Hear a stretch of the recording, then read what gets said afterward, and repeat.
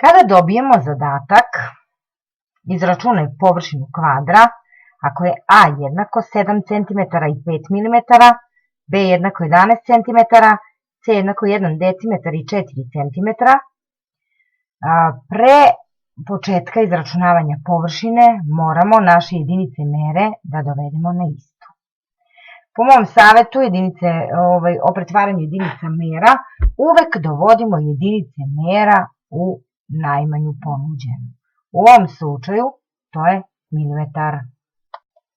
Pred vama je grafikon uz pomoć koga smo učili kako da pretvaramo jedinice mere iz veće u manju i iz manje u veću. I kao što vidite, na slici su mere za dužinu koje su nam u ovom trenutku potrebne, pa vidimo da su one poređane redom. Kilometar, metar, decimetar, centimetar, milimetar.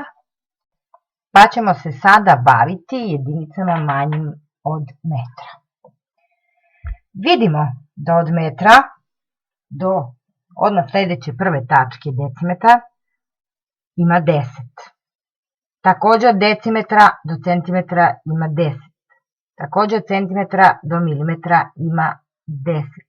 Što znači da od prve do druge tačke je razmak 10. Od druge do treće 10. Od treće do četvrte takođe 10. Što znači da 1 metar ima 10 decimetara. Da 1 decimetar ima 10 centimetara i da 1 centimetar ima 10 milimetara. Sada dobro pogledajte na grafikonu šta se dešava kada prelazimo od prve do treće tačke, to jest od druge do četvrte. Prva tačka metar, treća tačka centimetar. Druga tačka decimetar, četvrta tačka milimetar. Znači, dobro pogledajte šta se dešava kada prelazimo dve putanje. Znači, kada prelazimo dve putanje, ajde da probamo da metre pretvorimo u centimetar. Mi najpre od metra treba da dođemo do decimetra, to je 10. Zatim nastavljamo put od decimetra do centimetra i tu je 10. I onda računamo ovako. 10 puta 10 jednako je 100.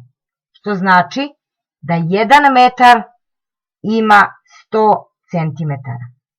Ajde probajte sami da odgonetnete koliko milimetara ima 1 decimetar.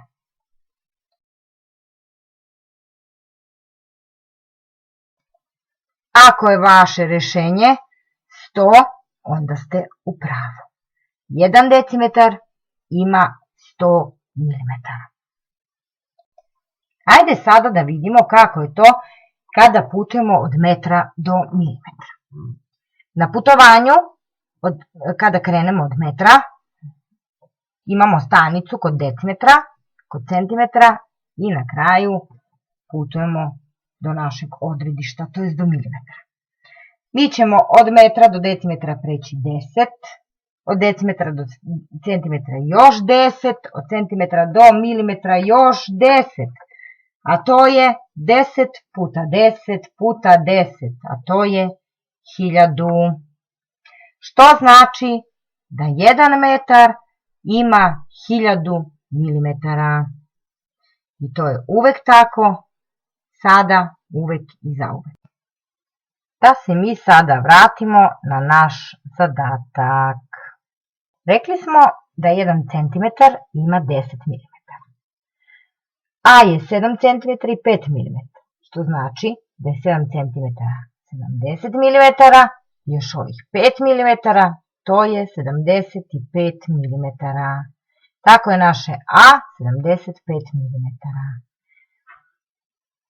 Ako imamo da je B 11 cm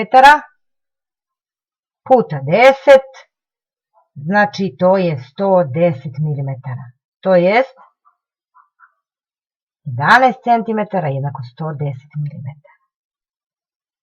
Ako za C imamo 1 decimetar i 4 cm, onda kažemo da 1 decimetar ima 100 mm